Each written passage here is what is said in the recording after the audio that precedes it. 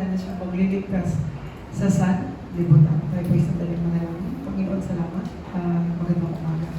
Patuloy ang aming pangigipisan sa pamamagitan ng Banal na Espiritu, sa Espiritu at katotohanan ng tunay na maipahayag ang mensahe ng kaligtasan at higit sa lahat ang dahilan kung bakit mayroong kapaspahan. Salamat po at minamahal ka namin. Ito pong ang panalangin sa pangalan ng Jesus. Amen. Sabi po sa ating title, Joy to the World, the Savior is come. Bakit kailangan natin magsaya? Bakit kailangan natin mag-celebrate ng tinatawag na Kapaskuhan? O para saan ba ang Kapaskuhan? Is it biblical?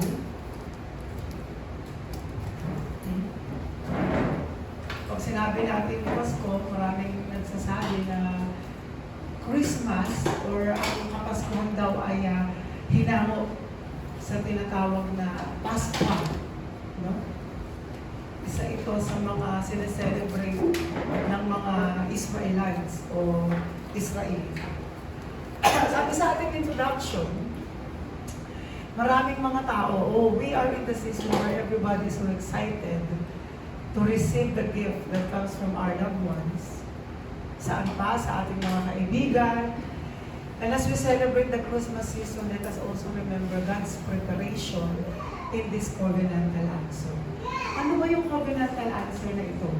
Ano ba ang preparasyon ng Diyos sa Christmas season? Maraming nag-aakala pag sinabi kasi yung Christmas Day, it is just about the celebration dahil pinanganak si Jesus Christ. Pero bago ang preparasyon na yan, bago nangyari ang mga bagay na yan, ano ba muna ang mga naganap? Especially sa Old Testament. Bago natin i-celebrate yung eternal life, before we celebrate Christmas season, ano ba yung preparasyon ng Diyos para maipakilala sa atin yung ganitong mga bagay? Sabi ba dyan, remember the three feasts. No? Pamilyar ba tayo sa three feasts? Lagi natin itong naririnig, especially laging ina-explain ito kapag nakikinig tayo patungkol sa tinatawag na tatlong kapistahan. Sa bansang Israel, itinuro ng Diyos na kailangan ninyong alalahanin yung mga bagay na ito. Mayroong significance. Mayroong dahilan kung bakit inaala at sineselebrate natin itong tatlong kapistahan na ito.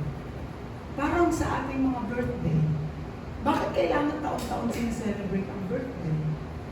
Isang beses lang naman tayo pinanganak. After that, mamamatay na rin naman tayo.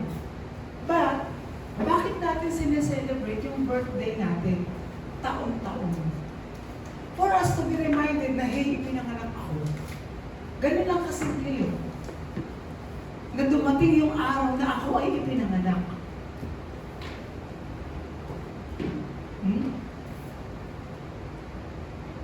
Kaya, halos lahat ng tao, kabisado yung birthday niya. Why? Kasi, if you are not celebrating your birthday, isa lang ibig sabihin nun, patay ka na. No? Pero kahit napatay na yung yumao, we are remembering their birthdays. Happy birthday in heaven. Actually, wala namang birthday in heaven. Gawa-gawa na lang ng tao yun. No? Happy death day. Dapat death day na. Kasi patay na eh. Ito yung araw na namatay. Happy death day. Parang ang pakinggan, di ba? Happy birthday. Why? To celebrate that once tayo ay ipinanganak. And for us to remember that, kailangan alam natin yung tinatawag na day. Yung iba, kabisado pa kung ilang kilos.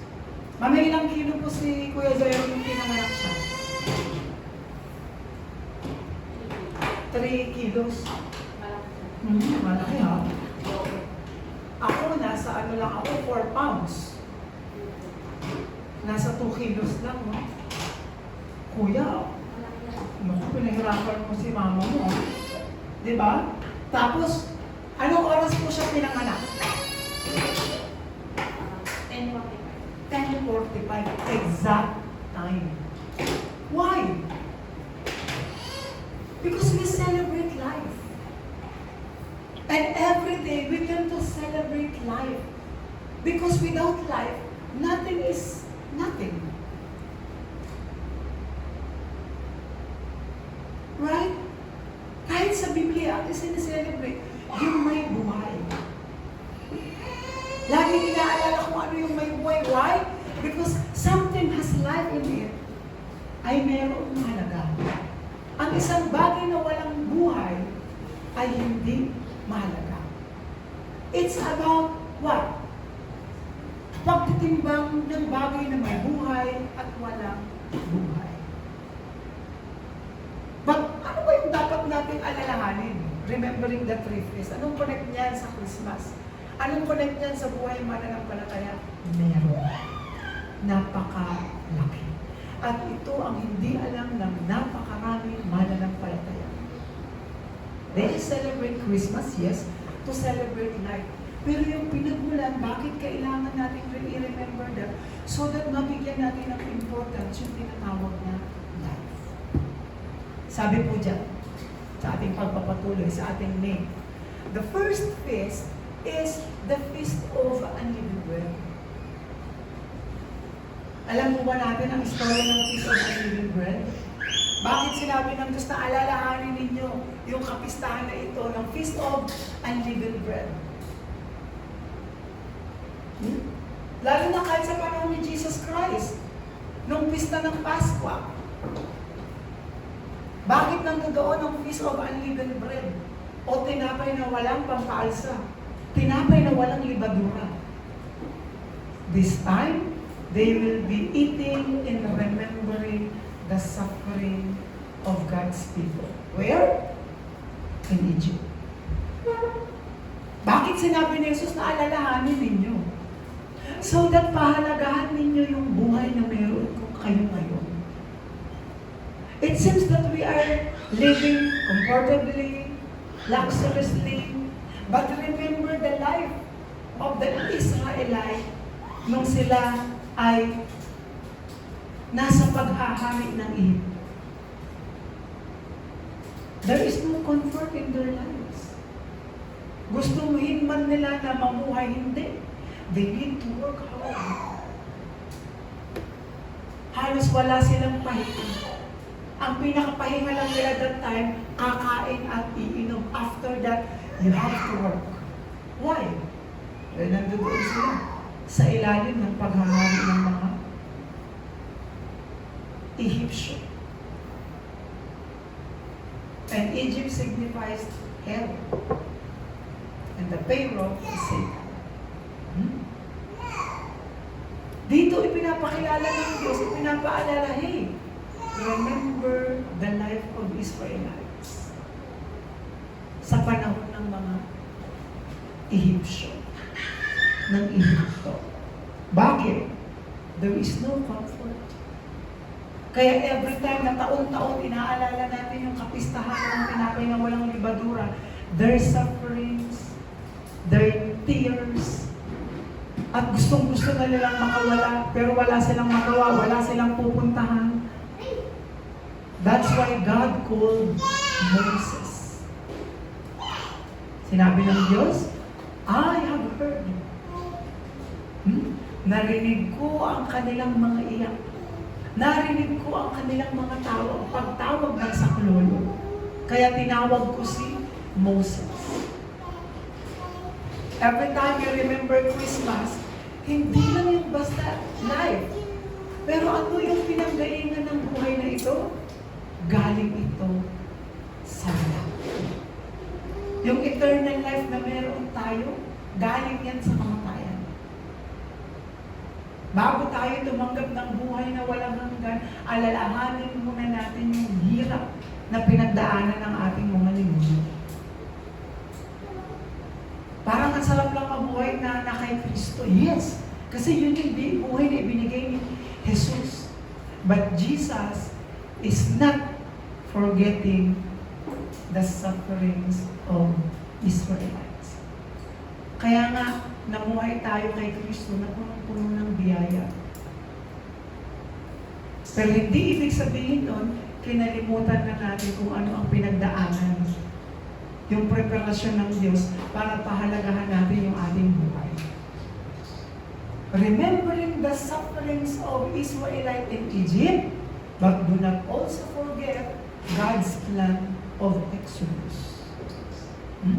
Kahit nandun ang kahirapan ng mga Israelita, hindi kinalimutan ng Diyos ang kanyang plano ng paglikas. Kasi hindi habang buhay, no? Yes, we'll get to remember the Feast of Unleavened Bread so that maalala natin yung buhay natin ngayon is hindi lang something na basta ibinigay. Mayroong proseso itong pinagdaanan. Kaya paano natin binibigyan ng halaga yung buhay na walang hanggan na meron tayo? We need to worship. And experiencing worship is allowing people also to have this fellowship with us. Para naranasan din nila yung buhay na walang hanggan na ating tinanggap. Again, what is the Feast of Unleavened Bread? Pag sinabi natin tinapay, wala itong pampalasa. Walang pampalasang kasama ito. Walang yeast. Ang meron lang kukunting asin para magbigay lang ng alat. Pero kapag tayo ay kumain ng tinapay na walang pampaalsa, walang kahit ano, ang pangit ng lasa. Bakit isineselebrate ito? Ayaw ng Diyos makalimutan natin ang pinagdaanan ng mga Israelita sa kamay ng mga Ehipto, ng Egyptian. Hanggat maaari, ayaw nilang pakawalan ng mga Israelita. Bakit? Wala namang bisika sa kanila. Dahil nung panahon iyon, ang Egypt, ang isa sa pinakamakapangyarihang bansa, at sakop nila ang mga Israelites, ang mga Israelita. Nagtatrabaho sila, gumagawa sila, gumagawa sila ng mga pyramid, no? Isa ang mga Israelita sa mga gumawa ng mga pyramid na na-enjoy natin even up to this time. For us to remember na hindi agad-agad nakamtan ng mga Israelite ang buhay na walang hanggan. Ngunit ang pasakit na ibinigay ng mga taga-Ehipto. But again, remembering their sufferings, also remember that God did not forget His plan of Exodus. Laging ganun sa atin. Bagamat na-experience natin yung hirap, huwag naman natin kalimutan na hindi naman doon umiikot yung buhay natin sa sufferings. Laging nandoon ang plano ng Diyos ng Exodus. Every day, that is the greatest answer na ibinibigay sa atin ng Diyos. Upon negative thoughts, no? Lagi tayong nafo-fall doon sa three religions, legalism, humanism, and mysticism. There is God's plan of Exodus in every time, and that is the word of Christ. Tayo ay laging nag-e-exodus sa ating mind. Tayo ay laging may exodus sa ating Genesis 3, 6, and 11 problem. There is always the plan of Exodus. Kakailangan natin, every time na maaalala natin ang Feast of Unleavened Bread, remember the Exodus. Ang plano ng Diyos na tayo ay makatakas, tayo ay makascape sa bansang Ehipto. Pangalawa, sabi diyan, the Feast of Ingathering. No? Importante ang tatlong kapistahan na ito sa lugar sa bansang Israel. Kasi laging mayroong significance. Ingathering, ito yung pag-gather, no, ng mga grains. Ito yung time na kailangan tipunin nila, no? Ini-gather nila. Why? Anong ibig sabihin ng mga bagay na ito?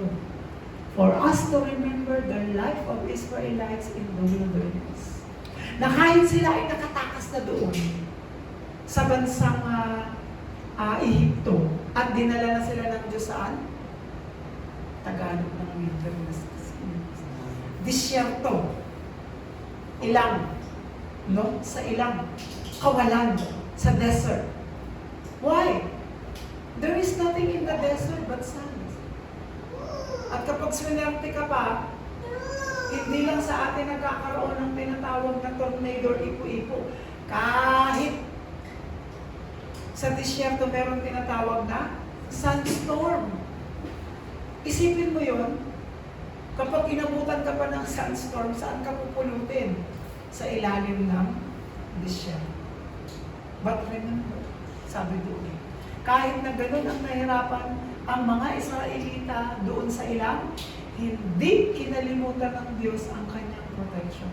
There is always the pillars of clouds and fire. Sa disyerto, sa umaga, sobrang init. No? Sobrang init. At yung init doon, hindi yung kaya ng balat ng tao. Kaya nga kahit ang mga Arabo sobrang init, balot na balot pa rin. To protect their skin. No? Para protektahan hanggat maaari, ulo na lang ang nakikita, mata na lang ang nakikita. Dahil hindi, sa atin nga lang, lumabas ka ng katanghali ang tapat, masakit na sa balat, nakakapasok. How about sa Middle East? Ganoon kainit. Pero hindi kinalimutan ng Diyos ang kanyang proteksyon. There is always pillars of clouds. Do not forget that. Bago natin matanggap yung fully ng salvation na meron tayo, there is always sufferings. But then, there is God's protection. Tayo lang ngayon, sinong naligo ngayong araw na ito? Ang hirap, di ba? Kailangan mo pang mag-init ng tubig. Naku, araw-araw, mag-iinit ako ng siguro 1.5 litro ng tubig para lang ibuhos doon. Doon hindi. Lalong-lalo na sa gabi. Walang punong yumayakap. Walang sumasalag doon. Saan? Sa hangin patungo sa kanila. Direct sa kanila yung hangin na napakalamig. Isipin niyo ang semento. Kapag mainit, kumukuha din siya ng init. At kapag malamig, nag-iimbak din siya ng lamig. What about the sun? Gaano kalamig sa gabi? Sobrang lamig. But God did not forget His protection. There is pillars of fire. Sa kapanahunan na sila ay nasa ilang. At hindi lang yon. Nagpaulan ang Diyos ng mana. Nagpabukal ang Diyos ng tubig. From nowhere. There is God's protection. Paano kaya kung tayo, Diyos ko, siguro reklamo tayo ng reklamo. Kung kasama pa natin si Ma'am. Oh my God, how can? Walang motor ah. Diyos ko, baka pinakain tayo bigla. Reklamo naman ito. Right? Pero tingnan natin kung paano yung pag-protection ng Diyos sa atin. No? We are so lucky enough, blessed enough, because we are not able to experience that. Pero bakit inaalala natin? So that we give importance to eternal life. Kailan natin nabibigyan ng importance yung eternal life? Every time remember God's preparation para lang makuha natin yung eternal life na ito. At ang nakakatuwa pa that time, no? Para silang nakikipaglaro. Kung ano yung plano ng Diyos, doon kayo. Hindi para pahirapan kayo, but for you to see my answer. But Israelites, hindi kasi nakita ng mga Israelita yun. Ang lagi lang nilang nasa isip, obligasyon mo kami. Kami ay bayang pinili mo. We are the people of the covenant, but they are not able to see God's covenant. Ang lagi lang nilang nakita, complain. Ang lagi nakikita ng mga Israelita that time is yung kakulangan. Pero hindi nila nakita ang ginawa ng Diyos just for them to keep alive. Hanggang doon sa lupain ipinangako ng Diyos. Wala silang ginawa. Ang gagawin lang nila, maglakad at magreklamo. Imagine, a 40 days journey, inabot ng 400 years. See? Ganoon katagal. Pero hindi sila pinabayaan ng Diyos. Sa tuwing magugutom sila, Moses. Mauuhaw sila, Moses. Hindi nila nakita ang pagkilos ng Diyos kasi ang nakita nila that time si Moses and the religion of Moses. Mysticism. Kaya akala nila it's okay. But then again, God did not allow Moses to enter to the land of Canaan because there is no religion belong to God. It's all about His preparation. Ang nakita lang nila yung kayang gawin ni Moses o connected to sa Diyos. Pero hindi nila nakita yung preparation ng Diyos from Egypt to Canaan. At every year, yun ang even up to this point, sineselebrate pa rin ito. At hindi naman dapat limutin dahil nandoon yung pagkilos ng Diyos. Pangatlo, it is the Feast of Harvest. Anong ibig sabihin nito? Siyempre, kapag sinorten natin, simple lang naman yan. Pagpili ng Diyos, pag-segregate niya sa mga naligtas, iwalay niya na ang mapapakinabangan at hindi mapapakinabangan. At the end, harvest. Pagsasama-sama ng kanilang mga nalikod. It is salvation, it is evangelism and mission. It is always connected to our life. Life of evangelist. Life of what? It is a covenant journey. Pero anong ibig sabihin dito? Remembering the life of Israelites when Egyptians chased them with spears and swords. Bakit? Naalala pa rin ng parang hindi ako papayag. Especially nung namatay na ang kanyang anak. Gaganti ako. I will not allow them to experience comfortable life. Kung namatayan ako, lahat kami mamamatay. Kaya ito yung panahon na mula doon sa ilang hinabol sila ng mga Egyptian. Ay ano ang purpose nila? Para patayin. Kunin ang kanilang mga buhay. Why? Ayaw ni Satanas na magkaroon tayo ng tinatawag na confident doon sa eternal life na ating tinanggap. Kaya even up to this point, Satan is always deceiving us. Lalong-lalo na for us not to enjoy yung buhay na walang hanggan. We will be celebrating Christmas season. Satan will not allow you to remember this message. Ang lagi lang natin nakikita, gift. Yung gift ng buhay. Which is totoo naman. Mag-focus lang tayo doon kasi nandoon na tayo sa buhay. Pero mas malalasap natin, no, ang isang bagay kapag alam natin yung proseso. Sino po dito marunong magluto? Kuya, nagtaas ka pa talaga ng kamay. No? Kailan ninyo totoong na-appreciate yung luto? Pag tinikman. No? Kapag ang isang tao, tinikman niya yung luto ng isang tao, ang lagi niya lang masasabi, ito masarap o hindi. Yung lasa. Pero, sino ang totoong nagpapahalaga? Yung nagluto. Dahil alam niya yung proseso, ilang kurot ng asin, ilang kutsarita ng ganito, alam niya yung proseso. Kaya siya yung mas nagpapahalaga doon sa tinatawag na menu. Ganun din tayo. Bagamat lagi natin na-enjoy yung buhay na walang hanggan, thank you Lord, I have eternal life.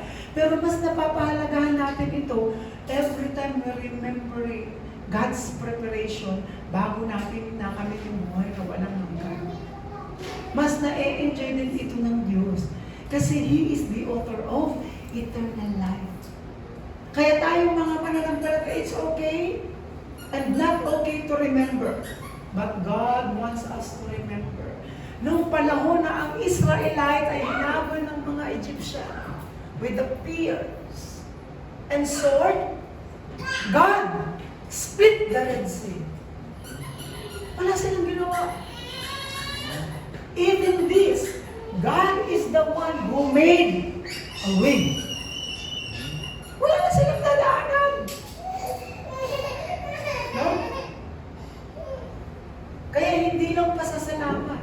Not only the attitude of being gratitude meron tayo. It is acknowledgement of God's preparation in every situation.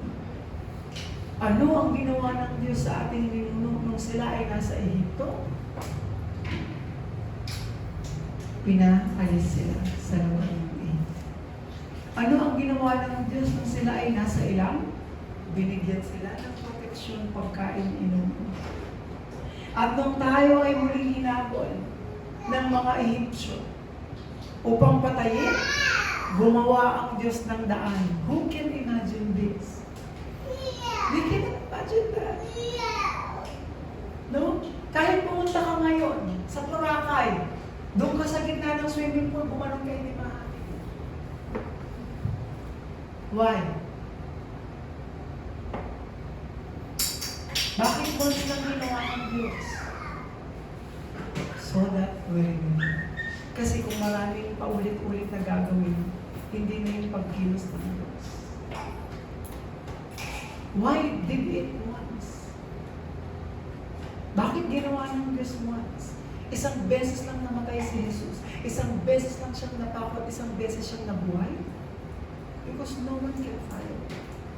Kasi absolute na kung ano ang nakita ng ating mata. Kung ano ang nasaksihan natin, yun na yun. Right? Dito ipinapakita ng Diyos kung paano natin ina-acknowledge yung pagkilos ng Diyos.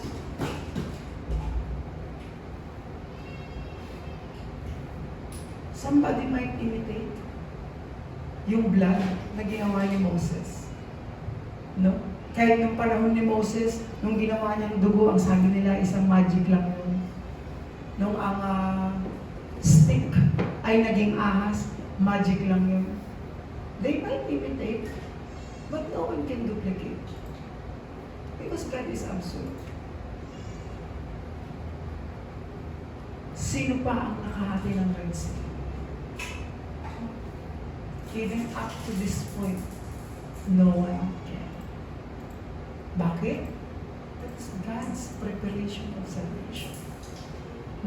Kaya nung panahon na hinahabol na ng mga Ehipsyo, ang mga Israelite, naku, saan ang gagawin natin? Ayan na sila, papalapit na sila with chariots. Ang bilis-bilis kami, lakad lang, sige. But that is also God's preparation of salvation. Ang hinatay ng Diyos, ang dagat.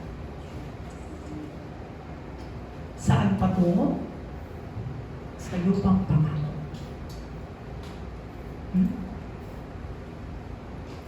Doon, ganoon ka-imposible. Means, bago ka makapunta doon sa lupang pangako, kailangan mo munang tawilin ang dagat. E paano kung di hinati? Matira matibay? Paano ang mga bata? Paano ang mga nagdadalang tao that time? Paano ang mga natatanda? Makakalangoy ba sila? No.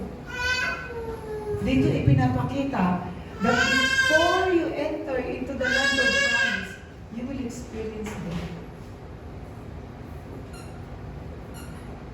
But the Israelites enters into the land of Canaan not experiencing death. Why? It is God's preparation of salvation. Kaya nung panahon na sila ay naglakad, no? At nandoon na nila, buntot-buntot nila ang mga Egyptians that time. Nung kahuli-huli ang Israelita na nakatawid sa dagat, God closed the Red Sea. Why? No one can harm God's people. That is gift. Hindi lang ito istorya. No one can harm you. That is the best gift we receive from God. Even death cannot chase you. No one can snatch us from the love of God. Why? Because God's preparation of salvation. No. So this Christmas, this season, ano yung regalo gusto mo? You have it. And if you are to chase gift, you have it. Nakamtan mo na. Add-ons na lang yung mga dumarating. Baso, add-ons na lang yan. Pabango, add-ons na lang yan. Pero nakamtan mo na. At nawa, maranasan mo. Marami kasi tayong nakakamtan pero hindi natin nararanasan yung proseso. Sino ang totoong nagpapahalaga ng isang bagay? Yung totoong taong nakakaalam ng proseso. Kaya yun. Hindi lang natin nakamtan yung buhay na walang hanggan. But from Israelites, being enslaved in Egypt, nandito tayo ngayon. We are also spiritual Israelites. Once being deceived by Satan. Once tayong naging anak ng Diablo. Once tayong napaimpyerno. But look at God's work and His preparation for our salvation. In 1 Peter, sabi doon, hinamot tayo ng Diyos mula saan? Sa kadiliman into His marvelous light. Yun ang ginawa ng Diyos. Because there is no light in us. That's why He do. Send Christ. Para sa tuwing tayo ay hahawak doon sa torch, si Christ ang ilaw. That's why, what? We are raising Christ's torch in everywhere. Kaya sabi ni Jesus, walang ilaw ang itinatago sa ilalim. Kung hindi, sa itaas, kung saan ito makikita. Our life is Christ. No? We are handling Christ. Ang ibig sabihin nun, hanggat nakahawa ka doon sa ilawan ni Kristo, may liwanag ka.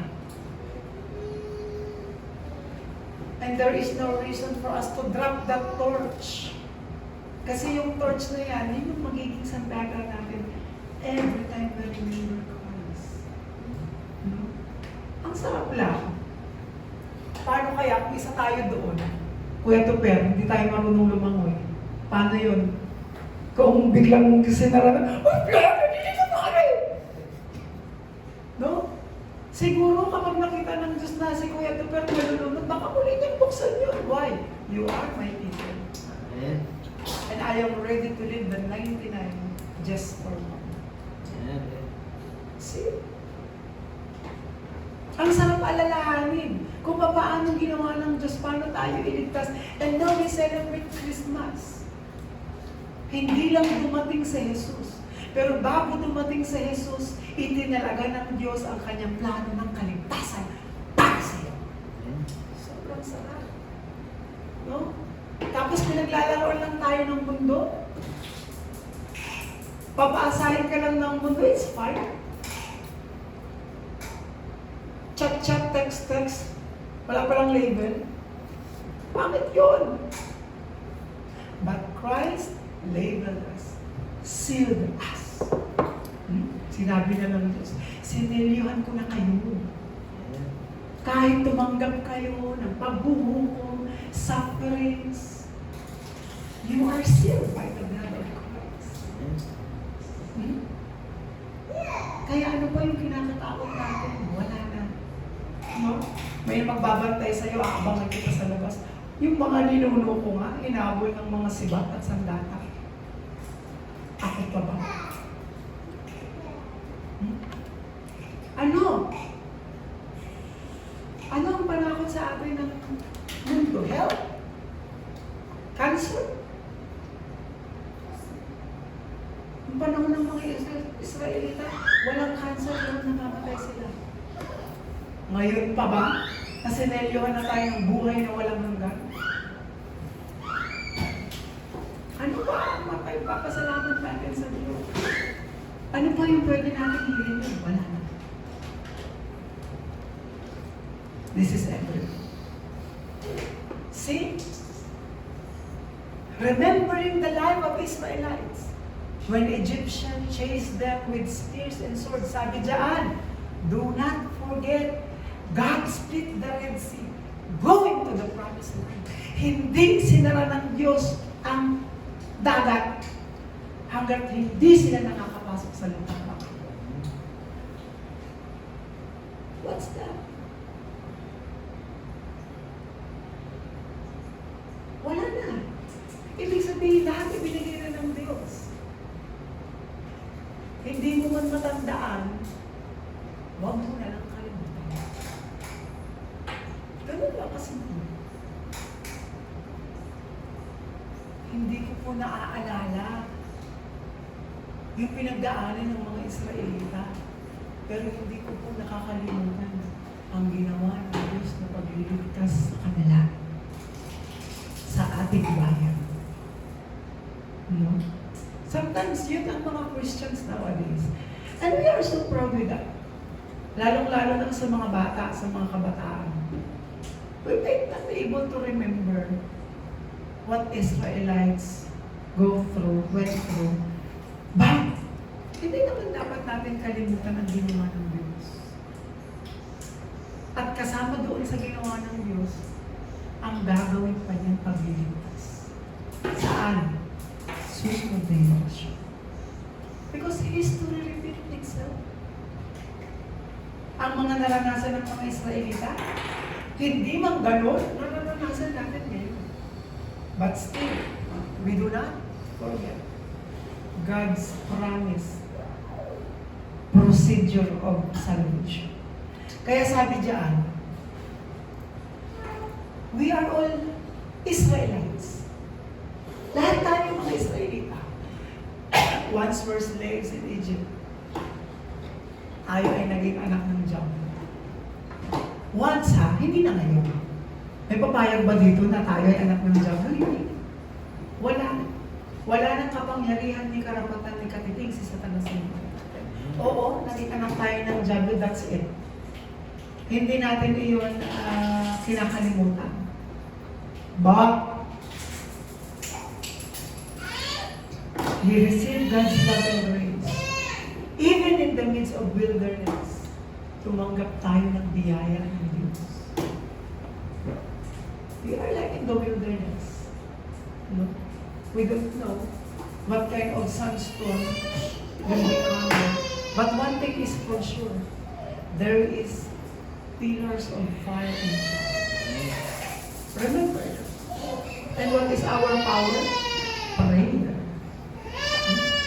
Hindi naman natin kailangan makakita ng pillars of cloud. Meron. Tingin ka sa labas, there is pillar of clouds. Kaya nga minsan may lilim, di ba? At ngayon, pinapakita pa rin ng Diyos. Sino dito magdadrive ng motor, sobrang init, tapos biglang kukulimlim ng mga ulap? Do you remember what Israelites experienced? Ganun na ganun sila. Lord, thank you. Hindi man ako mukhang Israelita, but we receive same blessing as Israelites. Ano yun? God's protection. We receive even in the midst of wilderness. And now we receive commission to witness world evangelization, where everybody enjoys the kingdom of God. Ano yun? What is this? 3 feasts. Kahit sa buhay ni Kristo may 3 feasts. Kahit yung kingship niya, priesthood niya, and even pagiging prophet niya, nandoon ang 3 feasts. Kasi everything connected. Passover. Passover lang. That is Christ. That is Christ's blood. Yung pinang-offer doon, it signifies Christ. What is pillars of fires and cloud? That is the Holy Spirit. What is Canaan? There is kingdom of God. There is Christ, kingdom of God, and Holy Spirit in 3 feasts. At kahit doon sa pinagdaanan ng Israelite, there is Christ, Holy Spirit, and kingdom of God. There is always there. Nandoon sila. And even up to this time.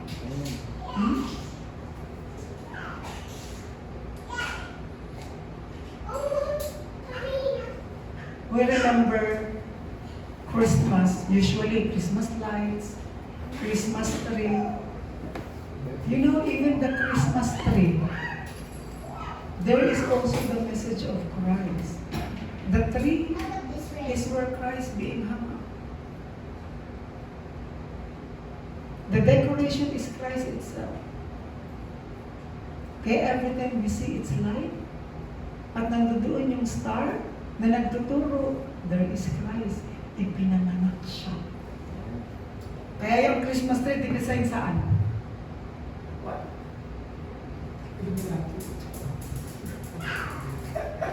Kasi pataas na ganun ang fire. Pero yun ay nakaturo din sa star. Star kung saan nandoon ang tagapagligtas. Right? Next year, dapat, kasi laki ng aircon ng Christmas tree natin.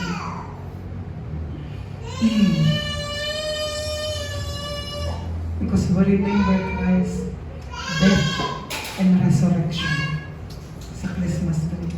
And in Christmas tree, bakit nandoon sa ilalim ng gift? It remembers the gift of salvation. Doon sa ilalim ng krus, tinapos na ni Kristo.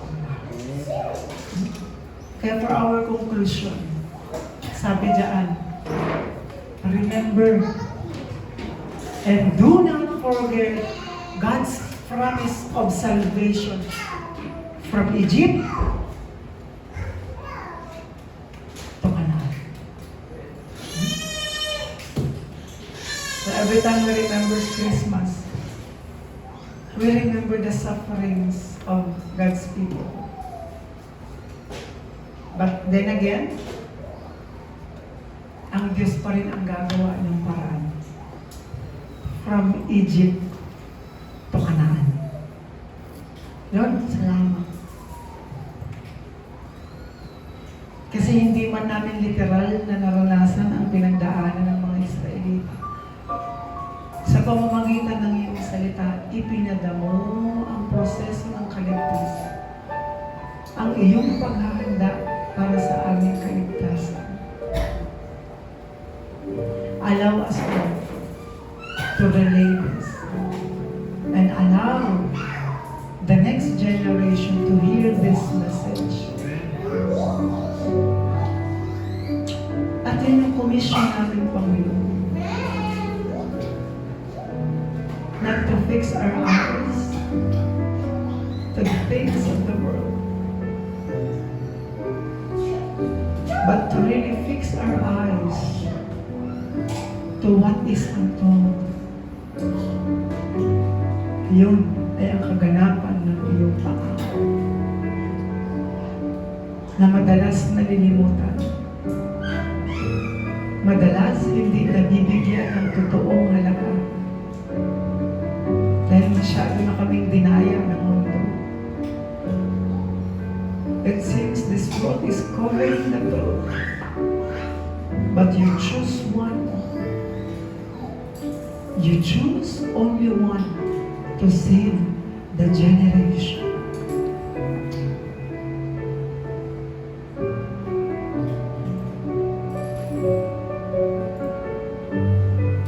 In the time of Nephilim, you only choose Noah.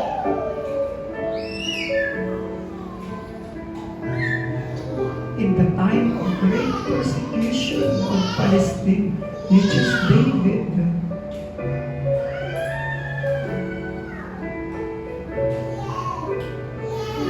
When they experience great famine in the land, you prepared Joseph.